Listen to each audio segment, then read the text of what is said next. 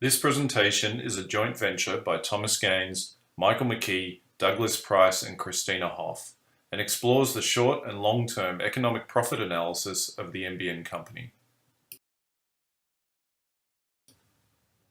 There has been a change in the federal government, and the group has been approached by the new Minister for Telecommunications, who wants to look at the current state of the NBN. The Minister is acutely aware that his government has to bring the NBN project to its meandering completion, and wants to know how best to do it. The NBN is a government-owned company originally established by the Rudd Labor government in 2009.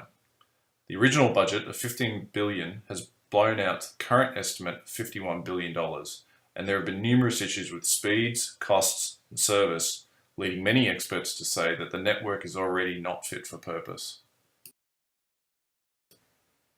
From initial conversations with the Minister, it was clear that they were concerned about a number of things. Firstly, whether economies of scale would impact the profitability of the market for both the NBN company and retail service providers. Second, what impact the rollout of the 5G network would have on the demand for NBN. And finally, whether the best case outcome for the NBN company is to operate as a profit maximizing or loss minimizing monopolist, and what this looks like as a short run versus long run proposition. The NBN company has been granted $51 billion of peak funding to provide the supporting technologies. So far, they are achieving favourable year-on-year revenue. However, the NBN company is operating at a loss. Whilst this is expected to cease in the next few years under the current pricing arrangements, NBN's position as a price-making monopolist may be under threat as retail service providers and their customers opt for alternatives such as 5G. Most costs incurred by the NBN are variable and are increasing in the short term as the NBN expands, and are listed here. Fixed costs are only public communications and finance costs. Subscriber costs, depreciation and amortization are huge costs, but for the purposes of this economic cost analysis and future decision making are considered sunk costs. Of course, there is the opportunity cost for the government investing close to $51 billion that could have otherwise been spent on schools, health or roads, to name a few. As a monopoly, NBN Co has the exclusive right to on-sell the use of its NBN infrastructure. There is, though, a limit to the price that it can charge, as consumers can choose a substitute or to forgo fixed-line internet altogether. If in the longer term NBN Co face low demand compared to the costs of servicing that demand, then it might end up as a loss-minimising monopolist. It has been argued that the Coalition's revised mixed technology mode is cheaper and results in quicker returns for NBN than Labour's original fibre to the premises plan. However, experts insist that Labour's plan would have led to superior technology that resulted in lower operating costs. Other technologies, such as the 5G network, could impact on demand and take-up of the NBN. However, most experts indicate that due to a variety of factors such as higher costs of data and potential for congestion, that the 5G network will not pose a huge threat or replace the NBN. It is yet to be determined whether NBN Co will create economies of scale via its fibre rollout. Economies of scale exist where long-run average cost decreases and output increases. Profit maximisation occurs in the elastic part of the demand curve, and so NBN cannot assume absolute demand. If it raises prices for RSPs who are already experiencing a significantly reduced margin, then demand will shift elsewhere. As previously mentioned, NBN Co offers wholesale broadband to RSPs. Telstra is one such RSP. Telstra offers fixed-line services via various subscription plans. To combat NBN rollout issues, Telstra has introduced a number of customer service improvements, such as smart modems that connect to the 4G network when there is a fixed-line outage. In terms of Telstra's revenue and performance, Telstra state that NBN Co has created issues for them, in that they're facing a fixed-line market that is changing and margins are decreasing. Mobile network competition is also increasing, as this has had an overall negative impact on revenue. The Telstra CEO has stated that if fixed-line revenue margins reach zero, this will mean increased prices for customers as well as other market participants struggling to stay afloat. The NBN rollout has led to Telstra shifting from monopolist to a company that operates in a competitive market with a high threat of new entrants, and Telstra is looking for product differentiation. This is Doug Price, and I'll be taking you through the solution methodology and the first solution. For the solution methodology, the output unit we chose was the average revenue per user.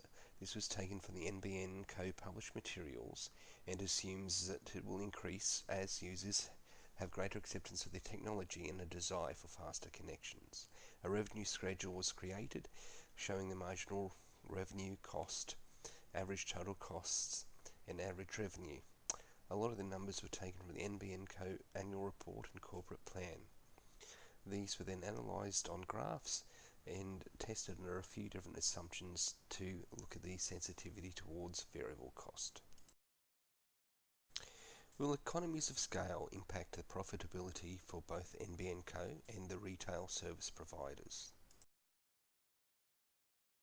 The first model assumes a higher revenue with a lower percentage of overall operating costs being variable. This has a break-even that occurs around the 4.2 million customer activation mark, the intersection of the average total cost and average revenue lines.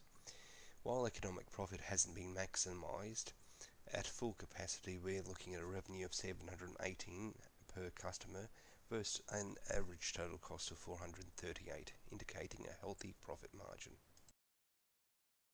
The second model uses the NBN Co pricing in line with their projections. However, operating expenses are assumed to have a higher variability. There is a profit point just past the 6 million connected households. However, at around the 6.5 million households, a loss-making situation begins, and this gets a lot worse towards the projected uptake of the NBN.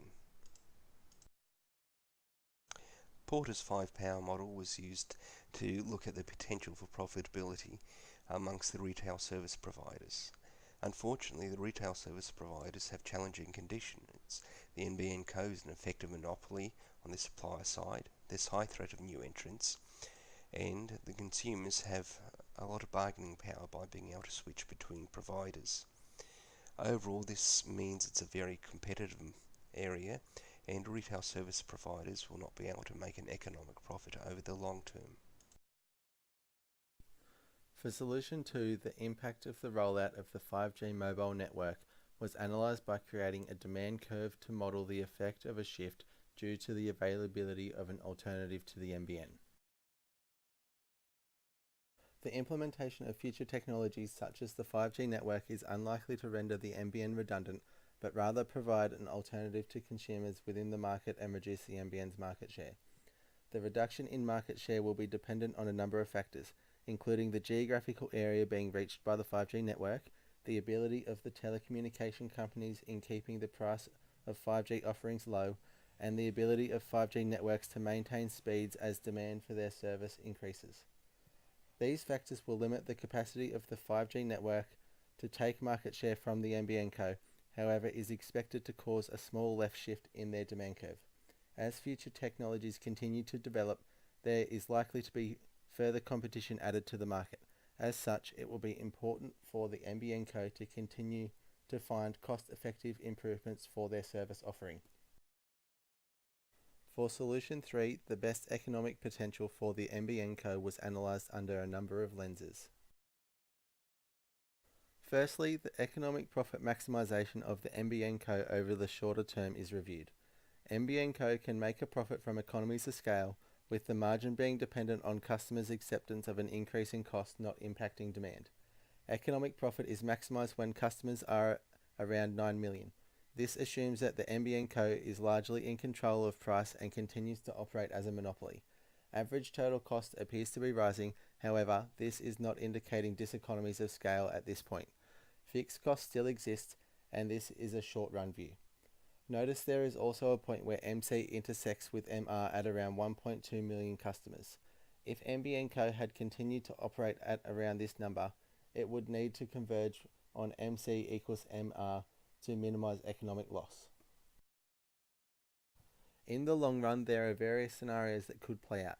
In this first example scenario in Figure 2, with largely increasing variable costs, economic profit is maximized where customer activations are between 5.5 and 6 million. NBN Co will likely begin to operate at a loss over the longer term where there is a large sustained rise in variable costs. The average total cost curve is sloping upwards, indicating possible diseconomies of scale beyond 6 million customers. This, however, is not necessarily a longer-term outlook, since there are still fixed costs and inputs involved. If variable costs are controlled and do not continually rise, the economic profit is maximised where customers are between 8 and 8.5 million. This means that the NBN Co will return the best economic profit at a little over 8 million customers. This next scenario considers what a longer run average total cost might look like without the fixed cost component and low variable costs. The average total cost is much flatter, indicating constant returns to scale using the proposed cost structure and price. This would be the case where NBN Co is still operating as a monopoly. The final scenario indicates what a longer run average total cost might look like without the fixed cost component, low variable costs, and acting as a price taker. The average total cost is much flatter, indicating constant returns to scale using the proposed cost structure. In this scenario, the NBN Co is now operating in a competitive market as improved technologies provide viable alternatives. NBN Co is forced to reduce price, which erodes revenue. In this scenario, MR equals AR, since NBN Co is no longer considered a monopoly and acts as a price taker.